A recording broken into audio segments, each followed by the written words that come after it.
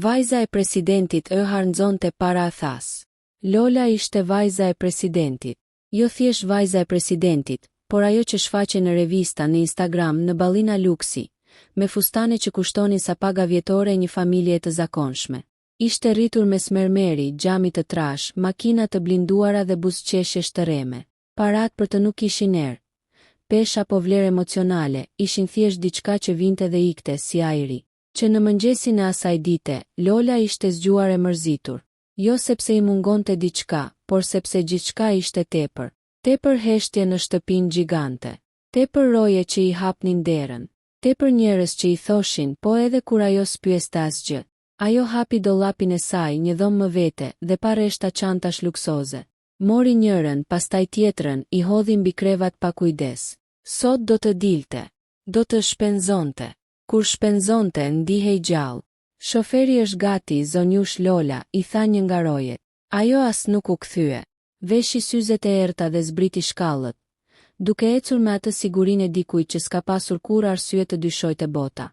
Qyteti jashtë ishte i zhurmshëm, i lodhur, i varfër, por për Lolën ishte thjesht një sfond.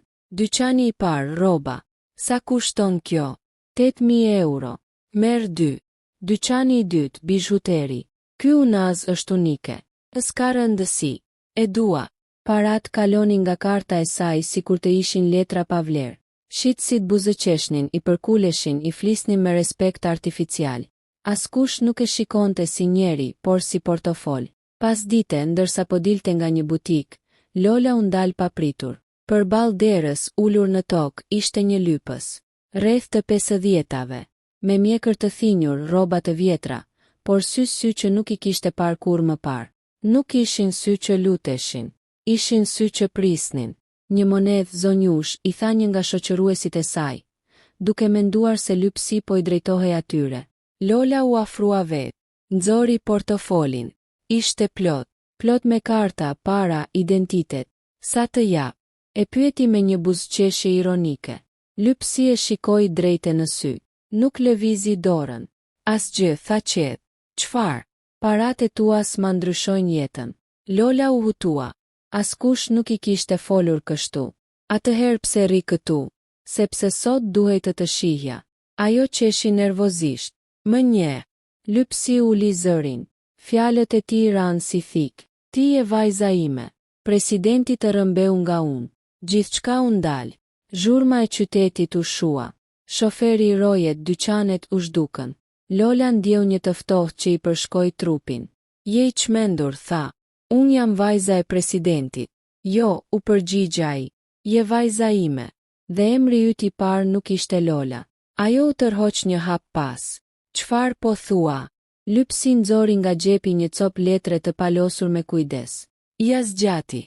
Lexoje kur të jesh vetëm. Rojet u afruan. Hajde zonjush, tha njëri. Lola mori letrën pa e kuptuar pse. Diçka brenda saj, diçka që nuk e kishte ndjer kur më parë frikë. Apo kureshtje. Në makinë duart i dridheshin. Letrën e futi në çantë. Nuk e hapi. Jo ende. Atë mbrëmje në shtëpinë presidenciale, baba i saj po shikonte lajmet. Si kalove sot, Lola? E pyeti pa e kthyer kokën. Ajo e vështroi. Për herë të parë e pa ndryshe. Pa buzëqeshjen e rregulluar. Pa sytë që shmangeshin. Mirë, tha ajo shkurt. Shpenzova ca para. Ai buzëqeshi. Ashtu si gjithmonë. Natën, vetëm në dhomën e saj, Lola nxori letrën. E hapi ngadalë. Fjalët e para e bën të ndalonte frymën.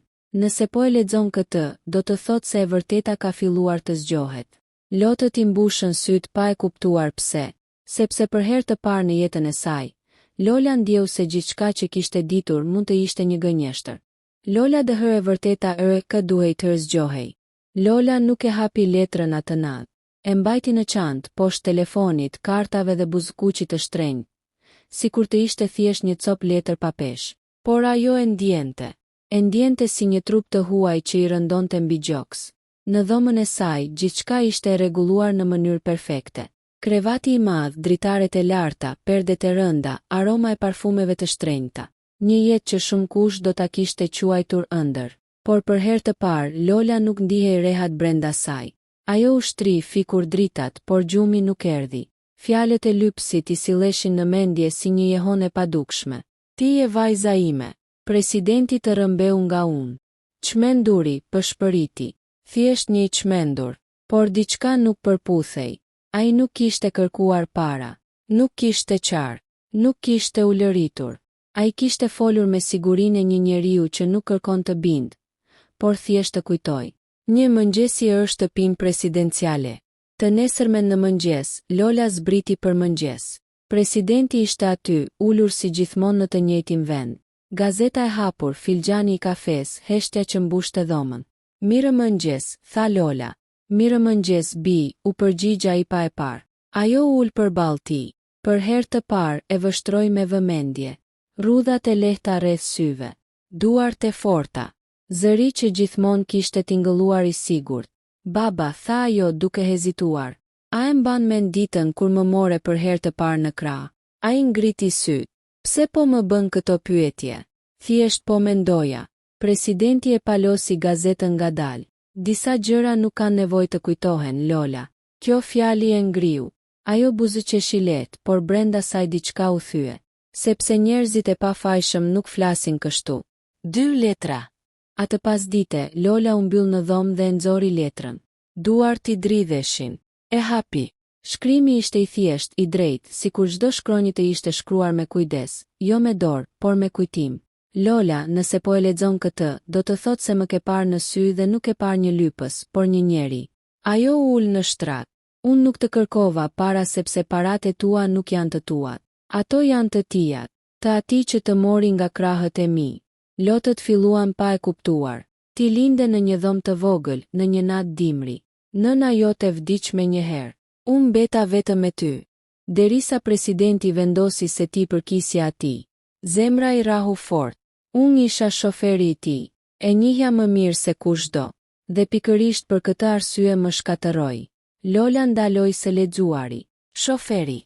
Ajo kujtoi një emër të përmendur rrallë, shumë rrallë, si një hije e së kaluarës. Një njeri për të cilin askush nuk fliste.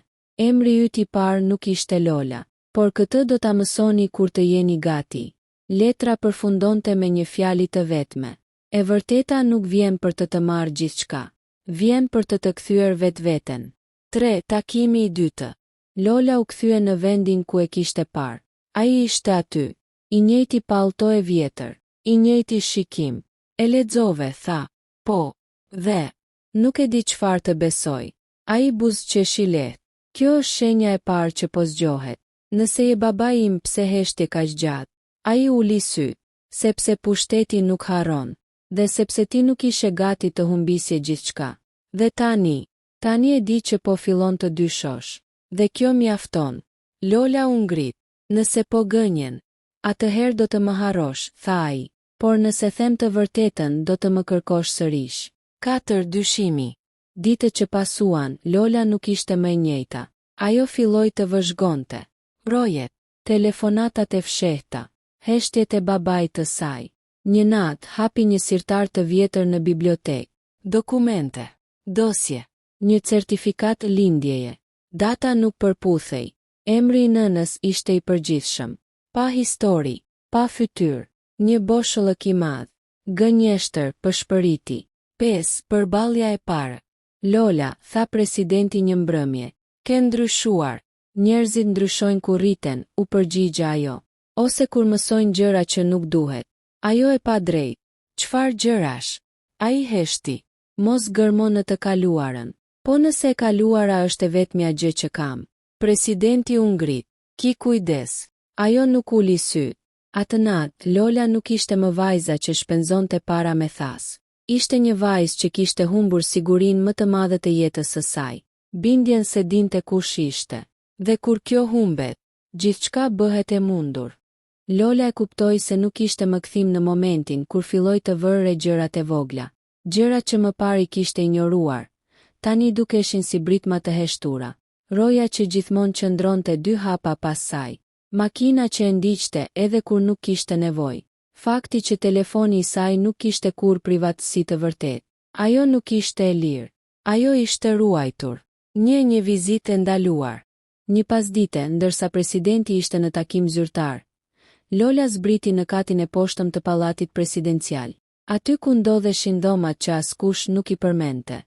Arkiva. Një punonjës i moshuar me flok gri dhe sy të lodhur e pa i habitur. Zonjusha Lola, këtu nuk lejohet. Babai më ka dërguar, tha ajo me zë të qetë, por të prerë. Ai hezitoi. Pastaj u tërhoq. Në raftet e vjetra, mes dosjeve të zverdhura, ajo kërkoi diçka pa ditur saktësisht çfarë. Derisa e pa. Një dosje e hollë, pa foto, pa emër të madh, vetëm një kod. Brenda ishte një raport i shkurtër. Subjekti, shofer personal. Statusi, larguar nga sistemi. Arsye, rrezik informativ. Data përkonte saktësisht me vitin e lindjes së saj. Lola u ul në karrige. Jo, përshpëriti. Kjo nuk ishte thjesht një histori e dhimbshme. Ishte një operacion. 2 rrëfimi. Ajo u kthye te burri që e kishte quajtur veten babain e saj. Ishte mbrëmje. Ai po rinte ulur si gjithmonë me një qetësi që nuk vinte nga paqja, por nga dorëzimi. Dua gjithçka, i tha Lola. Pa mëshirë, pa zbukurime. Ai e pa gjatë. Atëherë dëgjo. Ai filloi ngadalë. Unë isha shoferi i tij për 7 vite. E çoja kudo. I dëgjoja telefonatat. I shihja frikërat. Kur nëna jote vdiq, unë u thyeva. Ai e pa dobësinë time. Lola shtrëngoi duart. Më tha se ti do kishe një jetë më të mirë.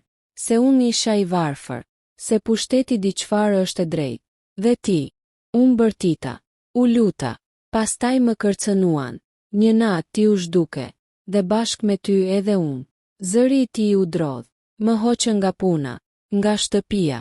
Nga gjithçka. Askush nuk më besoi. Sepse kush beson një shofer kundër një presidenti? Lola ndjeu sikur po mbytej. 3 Lola përballë presidentit. Ajo nuk priti më.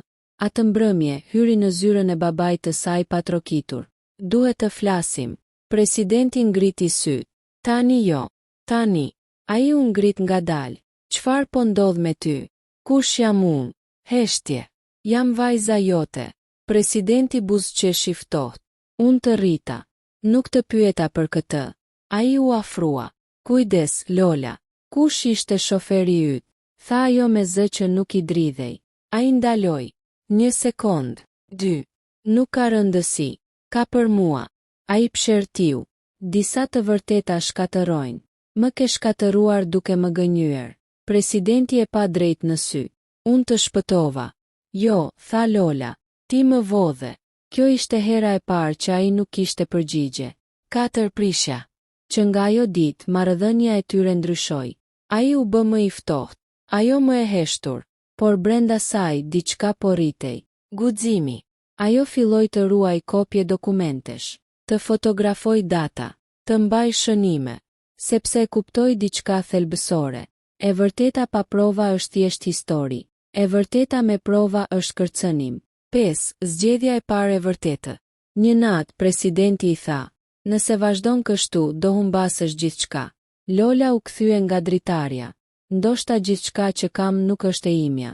Ai e pa me frikë për herë të parë. Sepse ajo nuk ishte më vajza e bindur. Ishte një grua që kishte filluar të kujtonte. Lola tani e dinte. Nuk ishte rastësi. Nuk ishte fat. Ishte pushtet. Dhe pushteti kishte një dobësi të madhe. Të vërtetën, kur ajo vendos të flasë. Lola e ndjeu ndryshimin përpara se ta kuptonte me mendje. Ajri në shtëpinë presidenciale ishte bërë më i rënd. Jo sepse kishte më shumë roje, por sepse kishte më shumë heshtje. Ajo heshtje që lind kur dikush e di se tjetri di diçka. Por asnjëri nuk guxon ta thot me zë. Presidenti nuk e thërriste më shpesh. Nuk e pyeste më ku shkonte. Nuk e kontrollonte drejt për drejt. Ishte më keq. Ai po priste. Një jeta hërë së 2 botësh. Ditën Lola ishte ende vajza e presidentit. Vishte rroba elegante, buzëqeshte në evente, përshëndeste ambasador. Kamera e donin, publiku e adhuronte. Natën, ajo ishte një vajzë që kërkonte të vërtetën. Në dhomën e saj kishte fshehur një çantë të vogël. Brenda saj, kopje dokumentesh, shënime me data, fotografi arkivash, letra e babait biologjik. Çdo natë hapte dhe mbyllte, sikur po kontrollonte nëse guximi ishte ende aty. Ishte 2 kërcënimi i pare. Një mbrëmje ndërsa po kthehej nga një event, shoferi ndaloi makinën papritur. "Çfarë ndodhi?" pyeti Lola. "Urdhër nga lart", tha ai pa e parë. Makina u kthye drejt pallatit presidencial. Kur hyri në shtëpi, presidenti e priste në zyrë. "Ulu, Lola." "Ajo nuk u ul, po rrezikon veten", tha ai. "Dhe mua, nuk jam unë që rrezikoj", u përgjigje ajo. "Është e vërteta. Ai ju afrua. Ai njeri po të përdor." "Jo, ai po më tregon kush jam." Presidenti shtrëngoi nofullën. "Nëse del kjo histori, do shkatërosh gjithçka. Atëherë ndoshta gjithçka duhet të shkatërohet." Kjo fjali ra si një goditje. 3. Rrëfimi i fundit i babait të vërtetë. Lola shkoi ta takonte sërish babain e saj biologjik. "Ai e di", i tha ajo. "E di që unë e di." Burri e pa me sy të rënd. "Atëherë ka filluar fundi. Kam frikë", pranoi ajo për herë të parë. Ai buzëqeshi lehtë. "Frika do të thotë se po bën gjën e duhur." Pastaj për herë të parë ai tregoi gjithçka. Emra të tjerë, biseda të dëgjuara fshehurazi, urdhra që nuk ishin dhënë kurrë me shkrim. "Ai nuk veproi vetëm", tha ai, "por ai ishte ai që vendosi të marrë." Lola mbylli syt. "Çfarë ndodhi me nënën time?" "Heshtje. Ajo nuk ishte planifikuar të vdiste", tha ai më në fund, "por askush nuk u përpoq ta shpëtonte." Kjo e theu Lolën më shumë se çdo gjë tjetër. 4 dita e Lola zgjodhi. Ishte një mëngjes i zakonshëm. Diell, qytet që zgjohej. Lola u vesh thjesht, pa luks, pa stoli. Në çantë kishte gjithçka. Ajo ndaloi para derës së zyrës së presidentit. E dinte se çfarë do të ndodhte më pas. Ose do të humbiste gjithçka, ose do të fitonte veten. Ajo hapi derën. "Do të flas", tha. Presidenti u kthye ngadalë. "Mendoje mirë. E kam menduar gjithë jetën time. Pa e ditur. Ai e pa gjatë. Nuk do të ketë kthim." Lola buzëqeshi lehtë. "Nuk dua kthim." 5 para stuhis. Atë mbrëmje, Lola nuk doli në asnjë event. Telefonat nisën të binin. Gazetar, miq, këshilltar. Ajo i fiku të gjithë. Ul pranë dritares dhe pa qytetin. Për herë të parë, nuk ndihej më vajza e presidentit. Ndjehej vajzë. Një vajzë që kishte vendosur të mos hesht më. Lola e dinte se e nesërmja nuk do të ishte si asnjë ditë tjetër. Sepse disa të vërteta, sa po dalin nga errësira, nuk kthehen më kurrë pas. Dhe ajo ishte gati. Lola dëhë dalja ërje dhe jetët. Qyteti nuk flekur, por atë natë Lola e ndjeu heshtjen më të rëndë se kurrë. Pallati presidencial, ku kishte kaluar pjesën më të madhe të jetës, ishte bërë i huaj. Çdo dhomë, çdo pasqyrë, çdo rrugicë ku ecte dikur me siguri. Tani ishte si një burg i zbrazët ku vetëm mendimet e saj ishin të lirë. Ajo nuk kishte më frikë. Nuk kishte luks që ta mbante të mbrojtur. Nuk kishte më roje që ta kontrollonte. Vetëm ajo dhe vendimi që kishte marrë, do të flasë. Një mëngjes i madh. Agimi kishte mbuluar qytetin me një dritë të ftohtë. Lola u zgjua herët, më herët se çdo ditë tjetër. Nuk ishte nevoja të zgjonte askënd. Nuk kishte nevojë për prezencën e babait të saj të rem. Vetëm një ide e qartë, të tregoj të vërtetën. Ajo hapi një dosje të trash me dokumente që kishte mbledhur gjatë javëve të fundit. Certifikata të falsifikuara lindjeje, raporte mjekësore, biseda të regjistruara fshehurazi, letra të babait biologjik, Arbenit, që përshkruanin çdo moment të humbjes së saj. Lola e mori një filxhan kafeje dhe ju ul pranë dritares. Shikonte qytetin. Në çdo dritë të vogël ndjeu mirë asy që nuk e dinin të vërtetën. Por ajo e dinte. Dhe nuk kishte më kthim. 2 Kërcënimi i parë real. Në orën 10 të mëngjesit, telefoni i saj ra. Një numër i panjohur. Ajo e mori. "Zonja Lola", tha një zë i ftohtë dhe mekanik. "Mos guxo. Çdo hap që bën mund të jetë i fundit." "Kush je?" pyeti ajo me zë të qetë, por të prerë. Ata që mendove se ishin të sigurt, tha zëri dhe linja u mbyll. Lola mbeti pa frym. Për herë të parë, kuptoi se e vërteta nuk do të vinte pa rrezi. Atëherë po e bëj, tha vetes. Nuk ka më kthim. 3. Kërcënimi i dytë dëhë përballja. Në të njëjtën ditë, presidenti i thiri të shkonte në zyrën e tij. Lola shkoi, por nuk u ul. "Lola", tha ai, "kam parë se çfarë po bën. E di që ke dokumentet. Dhe e di se mendon t'i publikosh." "Po", tha ajo, Dhe e di se nuk mund të më ndalosh. Mendohu mirë. Nuk bëhet fjalë vetëm për mua, tha ai duke e parë drejt në sy. Të gjithë që kam mbrojtur do të bien. Njerëz të pafajshëm mund të dëmtohen. Nuk ka të pafajshëm, tha ajo. Të gjithë kanë dijeni. Dhe çdo heshtje është pjesë e krimit. Ai u afrua më pranë, duke shikuar me një të ftohtë që i ngrinte qerpikët. Lola, do ta humbasësh jetën tënde të sigurt. Nuk më intereson më. Tani më intereson vetja ime. Ky moment ishte qelësi. Për herë të parë, presidenti nuk e kishte përgjigje. Heshtja e tij ishte më e frikshme se çdo kërcënim i mëparshëm. 4. Takimi e babait biologjik. Pas drekës, Lola shkoi ta takonte Arbenin, babain e saj të vërtet. Ai po e priste në një apartament të vogël, larg zhurmës dhe pushtetit. Ishte i plakur, i lodhur nga jetët që kishin ndodhur rreth tij. Por sytë i shkëlqenin ende nga dhimbja dhe krenaria. E ke vendosur, tha ai. Do ta bësh publik. Po, tha Lola, por nuk dua të lëndoj njerëz të pafajshëm. Dua të tregoj të vërtetën për mua. Ai e pa gjatë, pastaj e përqafoi. Kjo është vajza që kisha imagjinuar gjithmonë. Nuk është e friksuar, dhe është e drejtë. Jam lodhur duke u friksuar, tha Lola. Ka ardhur koha që dikush të flas. Ata planifikuan çdo detaj. Jo për hakmarrje, jo për fitim, por për të zbuluar të vërtetën. 5. Publikimi. Në mbrëmje, Lola përdori një server të sigurt dhe publikoi të gjitha dokumentet anonimisht. Certifikatat e lindjes së falsifikuara, raportet e humbjes së saj dhe urdhërat që ishin dhënë fshehurazi, letra dhe regjistrime që provonin se presidenti dhe disa këshilltar kishin vendosur të merrnin një fëmijë nga babai biologjik. Brenda pak orësh, lajmi shpërtheu. Media kombëtare dhe ndërkombëtare e përhapën me tituj sensacional. Rrëmbim në pallatin presidencial. Presidenti i akuzuar për abuzim me pushtetin dhe falsifikim dokumentesh. Vajza e rrëmbyer tregon të vërtetën. Lola i pa lajmet, por nuk ndjeu asnjë gëzim.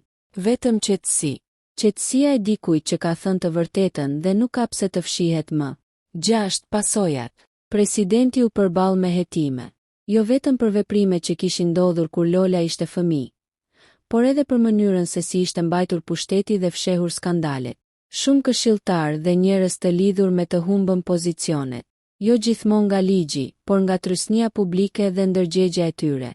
Lola nuk u bë e famshme. Nuk u bë heroina e medias. Nuk donte të ishte.